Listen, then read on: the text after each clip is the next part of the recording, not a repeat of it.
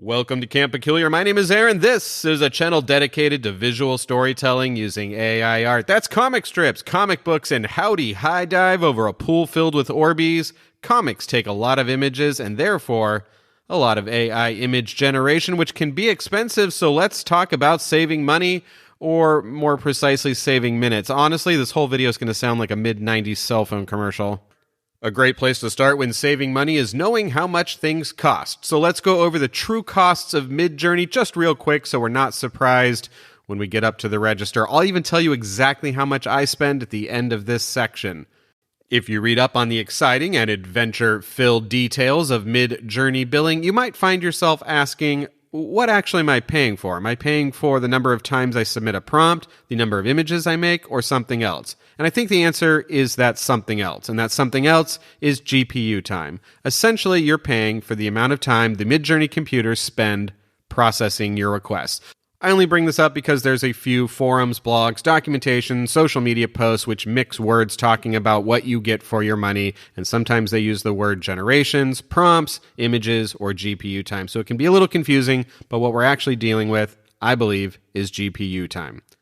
The reason for the confusing word usage or overlapping word usage is because currently one prompt or one set of 4 grid images takes about a minute of GPU time, so the conversion rate is pretty simple.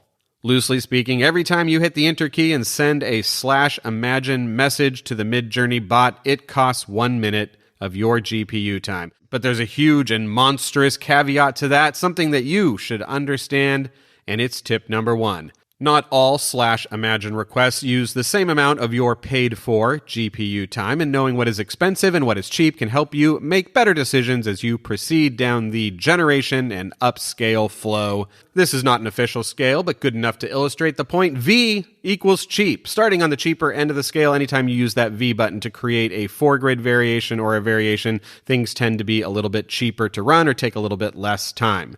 Then right in the middle, we have your initial /imagine command where you get the 4 images back. That's kind of, I think, where the metric of 1 GPU minute equals 1 prompt comes from. And then on the more expensive side of requests, you have your upscales and your max upscales. Currently, there are 4 exciting and wondrous plans you can choose from when using MidJourney. Let's go over them at light speed just so we're all on the same page. The trial plan comes with 25 minutes of GPU time. That means you get to hit the enter key to a /imagine command 25 times. Once you run out of your 25 free trial minutes, you'll need to become some sort of MidJourney member, and there's 3 membership levels that you can choose from. There's the $10 a month basic member level. This gets you 200 minutes of GPU time. That's about 6 MidJourney requests a day, or about 9 if you like to go out on weekends.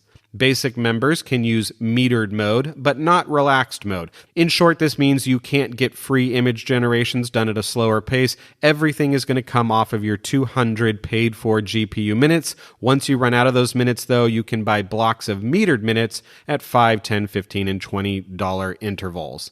The next level of membership up from basic is the standard level. Standard users pay $30 a month and get 15 hours. That's 900 minutes of GPU time. That equates to about 30 images a day, or 39 if you have a life outside of AI. At this $30 standard level of membership, you get access to the amazing, the infamous, and the money-saving /relax command, which will allow you to generate an unlimited number of images, but at a slower pace. That slower pace can equate sometimes to 30 seconds, upwards of 5 minutes, maybe more, maybe less. Also worth noting, while in the relax mode, you cannot upscale images to the maximum resolution. There's also the interesting and maybe mandatory corporate plan that costs $50 a month and comes with 720 monthly minutes billed annually. That's 180 minutes less than the standard plan, but the corporate plan comes with private mode for free, which is a $20 value.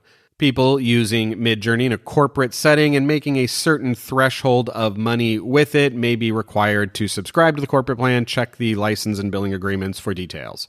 If you'd like to keep your images and your prompts for that matter private, and you're already a basic or standard level user, you can subscribe to the /private command for $20 a month, which gives you your own private chat channel with the MidJourney bot and keeps all of your activities in that channel.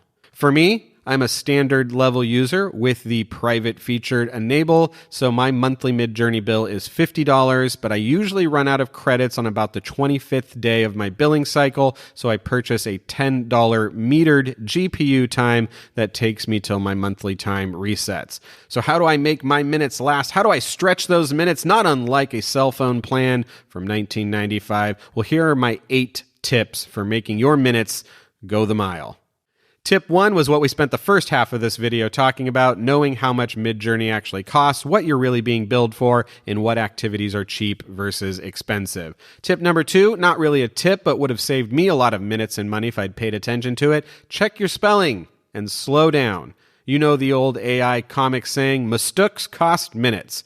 Tip number 3, know which mode you're in, fast or relaxed. I can't tell you the number of times I've entered into that fit and frenzy of MidJourney upscales and prompt generations and variations, only to find that I was in fast mode when I thought I was in relaxed mode. You can check which mode you're in by using the /settings command and taking a look at which green button is green, or you can just type /relax to be sure when you feel a fit of AI activity coming on. Tip number 4, use the relax mode for everything but upscales or things that require fast credits. If you've got time to spare, then hanging out in relax mode is by far the best way to save on your GPU minutes. Yes, it's slower, and that slowness can change and fluctuate throughout the day. There are some periods that seem almost as fast mode, and other periods that are just dreadfully slow. Tip number 5, if you don't have the time or you have to run everything in fast mode, then maybe test some of your images first.